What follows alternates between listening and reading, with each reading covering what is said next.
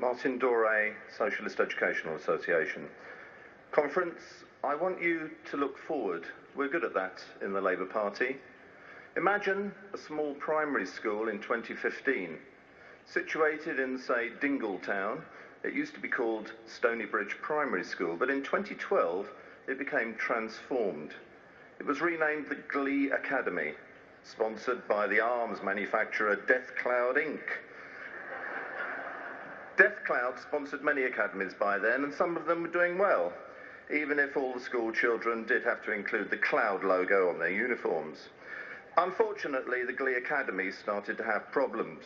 Results went down, and the head teacher went missing. Parents were worried. The school did not seem to be responding to their concerns. Naturally, they thought they could get in touch with the council.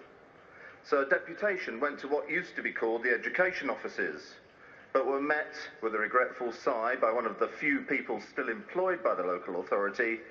She said, "I'm sorry, but we can't help you. We have no influence, let alone control over what happens to the schools in our community. You'll have to get in touch with the academy chain that runs your school." The parents were so worried that they did not give up. They Googled Death Cloud Inc. and found that, unfortunately, their headquarters were in Saudi Arabia, and that they would only respond to problems via email. That didn't work either. So the parents decided to get in touch with the man in charge, Michael Gove.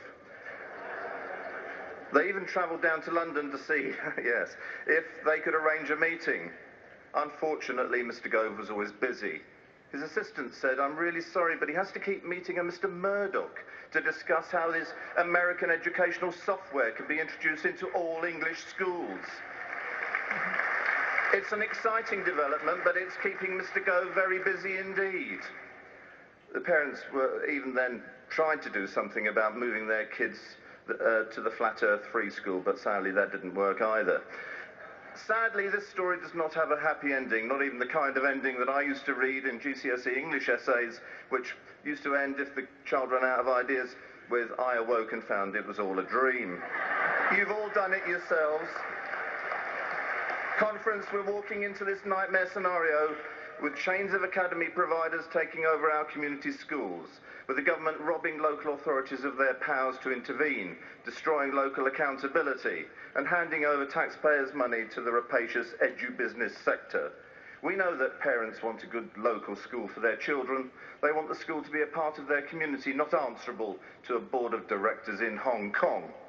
Colleagues, the Tories are dismantling state education as we speak. They plan to convert the majority of secondary and hundreds of primary schools to academy status before the next election.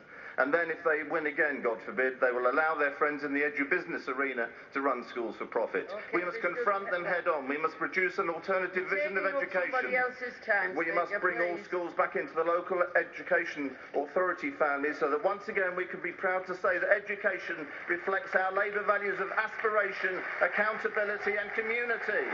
Save the NES.